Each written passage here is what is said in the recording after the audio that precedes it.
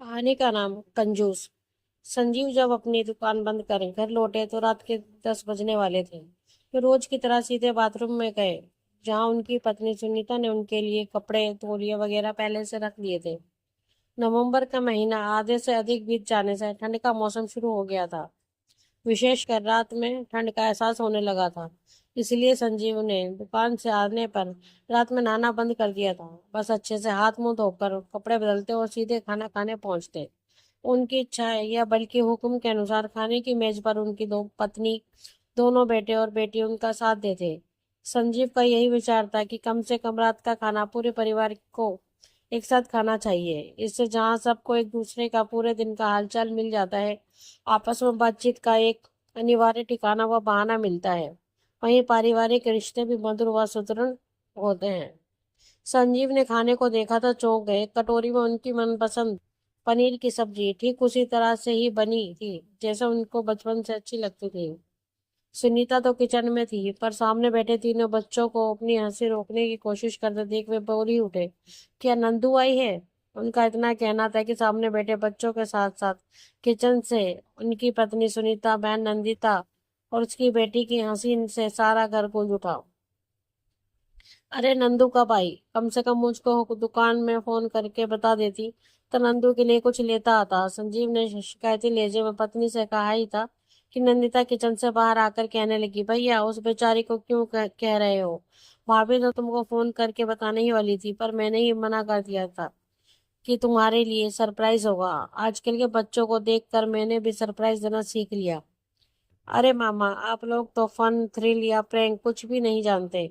मैंने ही माँ से कहा था कि इस बार आपको सरप्राइज है, इसलिए हम लोगों ने दिन में आपको नहीं बताया। क्या आपको अच्छा नहीं लगा? नंदिता की नटखट बेटी बोल उठी। अरे नहीं बेटा, सच कहूँ तो तुम लोगों का ये सरप्राइज मुझे बहुत अच्छा लगा। बस अफसोस इस बात का है कि अगर तुम लोगों के आने के बारे में दिन में ही पता चल जाता तो नंदू की मनपसंद देसी घी की बालूशाही लेता आता। संजीव ने कहा, वो तो मैंने 2 किलो बालूशाही शाम को मंगवा ली थी, और वह भी आपकी मनपसंद दुकान से। मुझे पता नहीं है कि बहन का तो नाम होगा, लेकिन सबसे पहले आप ही बालूशाही खाएंगे। सुनीता ने कहा ही था कि सबके ठिके गांव से घर गूंज गूंज उठा। खाना निपटने के बाद सुनीता ने उन सबकी रुचि के अनुसार जमीन पर कई गद्दे बिछवा कर उन पर चादर, कुशन, तकिए व कंबल रखवा दिए और ढेर सारी मूंगफली मंगा ली थी। उसे पता था कि भाई बहन का रिश्ता तो स्नेहपूर्ण है ही, बुआ का व्यवहार भी सारे बच्चों को बेहद अच्छा लगता है।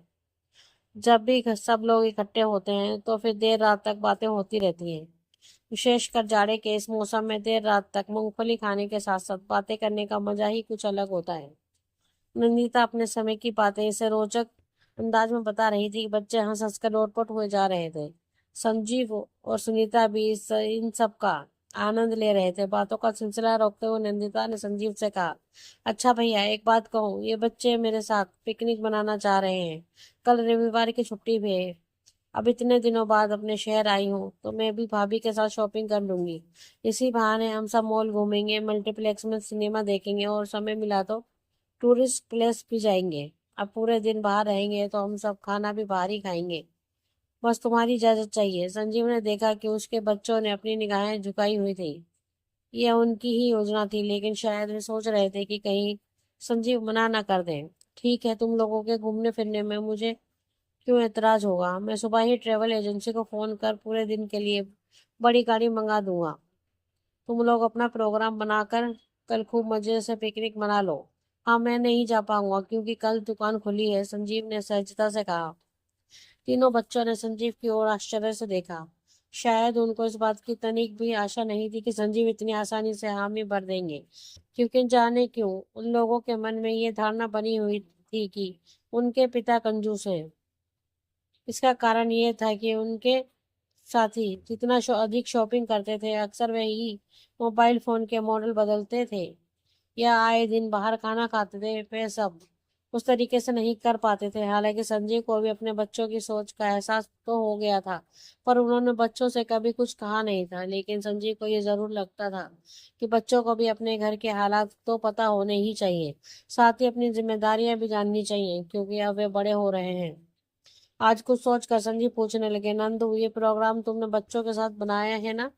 नंदू ने हामी भरते हुए कहा, बच्चों को लग रहा था कि तुम मना कर ना कर दो, इसलिए मैं भी जिद करने को तैयार थी, पर तुमने तो एक बार में ही हामी भर दी। इस पर संजीव मुस्कुराए और एक एक का सबके चेहरे देखने के बाद सहज होकर कहने लगे, नंदू तुम शायद इसका कारण नहीं जानती हो कि बच्चों ने ऐसा क्यों कहा होगा। जानना चाहोगी? इसका कारण ये है कि मेरे बच्चे समझते हैं कि मैं उनका पिता कंजूस हूँ। संजय को इतना कहना था कि तीनों बच्चे शर्मिंदा हो गए और अपने पिता से निगाहें चुराने लगे। एक तो उनको यह पता नहीं था कि उनके पिता उनकी इस सोच को जान गए हैं। दूसरे, संजीव द्वारा इतनी स्पष्टवादिता के साथ उसे सबके सामने कह देने से वे और भी शर्मिंदगी महसूस करने लगे थे। संजीव किन्हीं कारणों से ये सारी बातें कहना चाह रहे थे और संयोगवश आज उनको मौका भी मिल गया। वैसे नंदू, अगर देखा जाए तो इसमें बच्चों को उतना दोष भी नहीं है। दरअसल मैं ही आजकल की जिंदगी नहीं जी पाता हूँ। ना तो आए दिन बाहर खाना, घूमना फिरना, ना ही रोज रोज शॉपिंग करना, नए नए मॉडल के टीवी मोबाइल देखना, अक्सर नए कपड़े खरीदते रहना। ऐसा नहीं है कि मैं इन बातों के एकदम खिलाफ हूँ या ये बात एकदम गलत है, पर क्या करूं, मेरी ऐसी आदत बन गई है। मगर इसका भी एक कारण है और आज मैं सबको अपने स्वभाव का कारण भी बताता हूँ। इतना कहकर संजीव गंभीर हो गए और सब ध्यान से सुनने लगे। संजीव बोले, नंदू तुझे अपना बचपन तो याद होगा? हाँ हाँ, अच्छी तरह से याद है भैया। लेकिन नंदू, तुझे अपने घर के अंदरूनी हालात इतने अधिक पता नहीं होंगे क्योंकि तू उस समय छोटी ही थी। इतना कहकर संजीव अपने बचपन की कहानी सुनाने लगे। उनके पिता लाला दीनदयाल की गिनती खाते पीते व्यापारियों में होती थी। उनके पास पुरखों का 2 मंजिला मकान था और बड़े बाजार में गेहूं चावल का थोक का व्यापार था। संजीव ने अपने बचपन में संपन्नता का ही समय देखा था। घर में अनाज के भंडार भरे रहते थे। सारे त्योहार कई दिनों तक पूरी धूमधाम से परंपरा के अनुसार मनाए जाते थे। होली हो या दशहरा, दिल खोलकर चंदा देने की परंपरा उसके पूर्वजों के समय से चली आ रही थी। संजीव जब कभी अपने दोस्तों के साथ रामलीला देखने जाता तो उन लोगों के को सबसे आगे की कुर्सियों पर बैठाया जाता। इन सब बातों से संजीव की खुशी देखने लायक होती थी। संजीव उस समय 7वीं कक्षा में था, पर उसे अच्छी तरह याद है कि पूरी कक्षा में वे 2-3 ही छात्र थे जो धनी परिवारों के थे, क्योंकि उनके बस्ते पेन आदि एकदम अलग से होते थे। उनके घर में उस समय के हिसाब से ऐशो आराम की सारी वस्तुएं उपलब्ध रहती थी।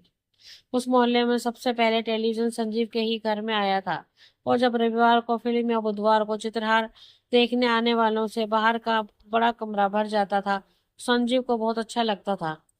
उस समय टेलीफोन दुर्लभ होते थे, पर उनके घर में टेलीफोन भी था। आकस्मिकता होने पर आस पड़ोस के लोगों को के फोन आ जाते थे। इन सारी बातों से संजीव को कहीं ना कहीं का एहसास तो होता ही था। उसे ये भी लगता था कि उसका परिवार समाज का एक प्रतिष्ठित परिवार है। पिछले कुछ समय से जाने कैसे दीनदयाल को सट्टे पर लॉटरी व जुए की लत पड़ गई थी। उनका अच्छा खासा समय इन सब गतिविधियों में जाने लगा। जुए या ऐसी लत की एक खासियत होती है कि जीतने वाले और अधिक जीतने के लालच में खेलता है, तो हारने वाला अपने गंवाए हुए धन को वापस पा लेने की आशा में खेलता है। दलदल की भांति जो इसमें एक बार फंस जाता है उसके पैर अंदर ही धंसते जाते हैं और निकलना एकदम कठिन हो जाता है। पहले तो कुछ समय तक दीनदयाल जीतते रहे, मगर होनी को कौन टाल सकता था। एक बार जो हारने का सिलसिला शुरू हुआ तो धीरे धीरे वे अपनी धन दौलत हारते गए और इन्हीं सब चिंता व समस्याओं से व्यवसाय पर पूरा ध्यान नहीं दे पाए थे। उनकी सेहत भी गिर रही थी। साथ ही व्यापार में और भी नुकसान होने लगा। संजीव को वह दिन अच्छी तरह से याद है जब वे कारण तो नहीं समझ पाया था, पर उसके माता पिता इस तरह पहली बार झगड़े थे। उसने माँ को जहाँ अपने हाथ स्वभाव के विपरीत पिता से ऊंची आवाज में बात करते सुना था, वहीं पिता को पहली बार माँ पर हाथ उठाते देखा था। उस दिन जाने क्यों पहली बार संजीव को अपने पिता से नफरत का एहसास हुआ था। फिर एक दिन ऐसा आया कि उधार चुकता न कर पाने के कारण इनका पुश्तैनी मकान, जो पहले से ही गिरवी रखा जा चुका था, के नीलाम होने की नौबत आ गई। इसके बाद दीनदयाल अपने परिवार को लेकर वहां से दूर एक मोहल्ले में किराए के एक छोटे से मकान में रहने के वो विवश हो गए। हाथ आई थोड़ी बहुत पूंजी से वे कुछ धंधा करने की सोचते, पर उससे पहले ही उनका दिल का आघात को सहन नहीं कर सका और वे परिवार को बेसहारा छोड़कर चल बसे। ये घटना सुनते ही नंदिता की आंखें नम हो गई और उसका गला रुंध गया। कटु स्मृतियों के दंश बेसाख्ता याद आने से पुराने दर्द फिर उभर आए। कुछ पल ठहर कर उसने अपने आप को संयत किया और फिर कहने लगी, मुझे आज भी याद है कि भैया के ऊपर बचपन से ही कितनी जिम्मेदारी आ गई थी। हम उन लोगों के लिए फिर से अपना काम शुरू करना कितना कठिन था। वह तो जाने कैसे भैया ने कुछ सामान उधार लेकर बेचना शुरू किया था और अपनी मेहनत से ही सारी जिम्मेदारियां पूरी की थी। नंदू सच कह रही है। इसी शहर में मेरे एक मित्र के पिता का थोक का कारोबार था। हालांकि वे मित्र मेरी आर्थिक रूप से मदद तो नहीं कर सका, मगर उसने मुझे जो हौसला दिए वे कम नहीं था। मैंने कैसे कैसे मिन्नतें करके सामान उधार लेना शुरू किया और उसे किसी तरह बेचकर उधार चुकाता था। यह सब याद आता है तो हैरान रह जाता हूँ कि कैसे मैं ये सब कर पाया था। जैसे तैसे जब कुछ पास पैसे आने शुरू हुए तो मैंने अम्मा, दीदी और नंदू के साथ दूसरे मकान में रहना शुरू किया। हमारे साथ जो कुछ घटित हुआ, इस तरह की खबरें बहुत तेजी से फैलती हैं। और जानते हो इसका सबसे बड़ा नुकसान क्या होता है? आर्थिक नुकसान तो कुछ भी नहीं है, क्योंकि पैसे का क्या है, आज नहीं तो कल आ सकते हैं। पर पारिवारिक प्रतिष्ठा को जो चोट पहुंचती है और पुरखों की इज्जत जिस तरह मिटती है, उसकी भरपाई कभी नहीं हो सकती। मैं अपना बचपन अपने बाकी साथियों की तरह सही तरीके से नहीं जी पाया और उसकी भरपाई आज क्या कभी नहीं हो सकती। लेकिन ये मत समझो कि इसकी वजह केवल पैसों का अभाव रहा है। अपना सम्मान खोने के बाद भी सिर्फ उठाकर जीना आसान नहीं होता। मुझे अच्छी तरह से याद है कि इन सब घटनाओं से मैं कितनी शर्मिंदगी महसूस करता था और अपने दोस्तों का सामना करने से बचता था। तू तो छोटी थी, पर माँ तो जैसे काफी दिन गुमसुम सी रही थी। और मेरी खुशमिजाज व टॉपर दीदी भी इन सब घटनाओं से जाने कितने दिन डिप्रेशन में रही थी। इन सारी घटनाओं की चोट मेरे अंतर्मन में आज भी ताजा है और मैं अकेले में उन पीड़ा को आज भी महसूस करता हूँ जैसे कल की घटना हो। अब मुझे पता चला कि एक आदमी की लापरवाही और गैर जिम्मेदारी का खामियाजा उसके परिवार के जाने कितने लोगों को और कितने समय तक भुगतना पड़ता है। आज भी अगर कोई पुराना परिचित मिल जाता है तो भले ही वे हमारा अतीत भूल चुका हो, परंतु मैं उसको देखकर भीतर ही भीतर शर्मिंदा सा महसूस करता हूँ। मुझे ऐसा लगता है कि मेरे सामने वे व्यक्ति नहीं, कोई आईना आ गया है जिसमें मेरा अतीत मुझे दिख रहा है। जी तोड़ मेहनत से काम करने से धीरे पे धीरे पैसे इकट्ठा हो गए और मेरा काम बढ़ता गया। फिर मैंने अपनी एक दुकान खोली जिसमें डेयरी का दूध, ब्रेड और इस तरह के बस एक दो ही सामान रखना शुरू किया। जब कोई भी पूरी ईमानदारी और मेहनत से काम अपना करता है तो वक्त भी उसकी सहायता करता है। मेरा उसूल रहा है कि ना तो किसी से बेईमानी करो, ना किसी का बुरा करो और मेहनत से कभी पीछे मत हटो। मेरी लगन और मेहनत का परिणाम यह है कि आज वही दुकान एक जनरल स्टोर बन चुकी है और उसी की बदौलत ये मकान खरीद सका हूँ। सुनीता तो थोड़ा बहुत जानती है, पर बच्चे कुछ नहीं जानते, क्योंकि वे तो शुरू से ही ये मकान और मेरा जनरल स्टोर देख रहे हैं। वे शायद समझते हैं कि उनके पिता पैदाइशी अमीर रहे हैं, जिनको पारिवारिक व्यवसाय विरासत में मिला है।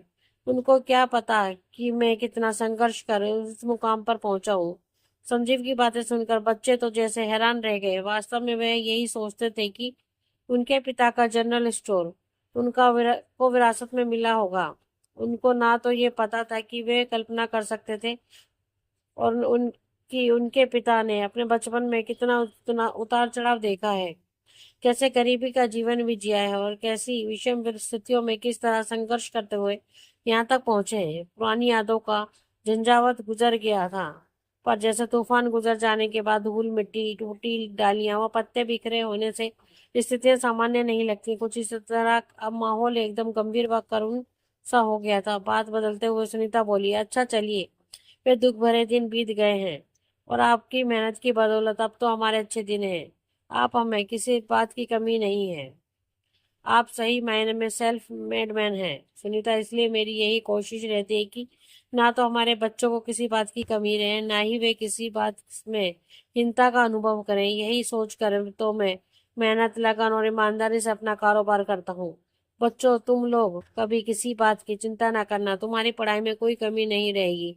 जिसका जो सपना है वे उसे पूरा करे। मैं उसके लिए कुछ भी करने के से पीछे नहीं रहूंगा। ये बात हुई ना। अब तो कल का प्रोग्राम पक्का रहा, चलो बच्चों अब कल की तैयारी करो। बुआ ने के इतना कहते ही सारे बच्चे चहकने लगे, मगर जाने कि संजीव का 15 वर्षीय बड़ा बेटा अमन अभी भी सीरियस ही था। क्या हुआ अमन, अब क्यों चिंतित हो? बुआ ने पूछा ही था कि अमन उसी गंभीर मुद्रा में कहने लगा, बुआ अब पुराना समय बीत गया जब पापा को पैसों की तंगी रहती थी। अब हमारे पास पैसे या किसी चीज की कमी नहीं है, बल्कि अब हम अमीर हो गए हैं। तो फिर पापा क्यों ऐसे रहते हैं? अब तो वे इच्छाएं भी पूरी कर सकते हैं जो वे गरीबी के कारण पूरा नहीं कर सके होंगे। अमन के प्रश्न से संजीव चौंक गया और फिर कुछ सोचकर कहने लगा, बेटा मुझे खुशी है कि तुमने ये प्रश्न पूछा। वास्तव में हमारी आज की जीवन शैली, आदतें व खर्चा करने का तरीका इस बात पर निर्भर नहीं होता कि हमारी आज की आर्थिक स्थिति कैसी है, बल्कि हमारे जीवन के तरीके तय करने में हमारा बचपन भी महत्वपूर्ण भूमिका निभाता है। हमने अपने बचपन में मैंने जैसा जीवन जिया है, इस प्रकार का जीवन जीने वालों के मन में कटु माहौल सा बना जाता है, जिससे वे चाह कर भी बाहर नहीं आ सकते। वो जो आर्थिक संकट वे भुगत चुके हैं, पैसे के अभावों की जो पीड़ा उनका मासूम बचपन झेल चुका होता है, उसका कारण वे अमीर हो जाने पर भी फजूल खर्ची नहीं कर सकते। आर्थिक असुरक्षा के भय, अपमानजनक परिस्थितियों की यादों की कष्टप्रद दंश, एक एक पैसे का महत्व हो या पैसों की तंगी की वजह से अभावों में गुजरे समय की जो पीड़ा अंतर्मन में कहीं गहरे बैठ जाती है, उससे चाह कर भी उबरना बहुत कठिन होता है। हकीकत तो यह है कि हमारे आज कितना भी बेहतर हो जाए या मैं कितना भी अमीर क्यों ना हो जाऊं, लेकिन मैं जिस तरह का बचपन और संघर्ष में अतीत जी चुका हूँ, वे मुझे इस तरह से खर्च नहीं करने देगा। लेकिन क्या तुम जानते हो कि वास्तव में मैं कंजूस तो वह होता है जो जरूरी आवश्यकताओं पर खर्च नहीं करता है। तुम लोगों को पता होगा कि घर में दूध, मौसम के फल, सब्जियां या मेवों की कमी नहीं रहती। हाँ, मैं तुम लोगों को फास्ट फूड या कोल्ड ड्रिंक्स के लिए जरूर मना करता हूँ, क्योंकि आज भले ही ये सब फैशन बन गए हैं, पर ऐसी चीजें सेहत के लिए अच्छी नहीं होती। इसके अलावा तुम लोगों की वे सारी जरूरतें जो आवश्यक है, उनको पूरा करने से ना तो कभी हिचकता हूँ, ना ही कभी पीछे हटूंगा। तुम्हारे लिए लैपटॉप भी मैंने सबसे अच्छे खरीदा है। तुम लोगों के कपड़े हमेशा अच्छे से अच्छे ही खरीदता हूँ। इसी तरह तुम लोगों की जरूरी चीजें हमेशा अच्छी क्वालिटी की ही लाता हूँ। मैं अपने अनुभव के आधार पर एक बात कहता हूँ कि जिसे हमेशा याद रखो कि जो इंसान अपनी आमदनी के अनुसार खर्च करता है और बचत करता है, अपने आने वाले कल के लिए सोचकर चलता है, वे कभी परेशान नहीं होता। अच्छा, अब रात बहुत हो गई है और सबको कल घूमना भी है, इसलिए चलो अब सोने की तैयारी की जाए। दोस्तों, आपको हमारी ये कहानी कंजूस कैसी लगी, प्लीज कमेंट में हमें जरूर बताएं। ये कहानी आपको अच्छी लगी हो तो अपने दोस्तों के साथ शेयर करें और हमारे चैनल को लाइक एंड सब्सक्राइब करना ना भूलें। धन्यवाद।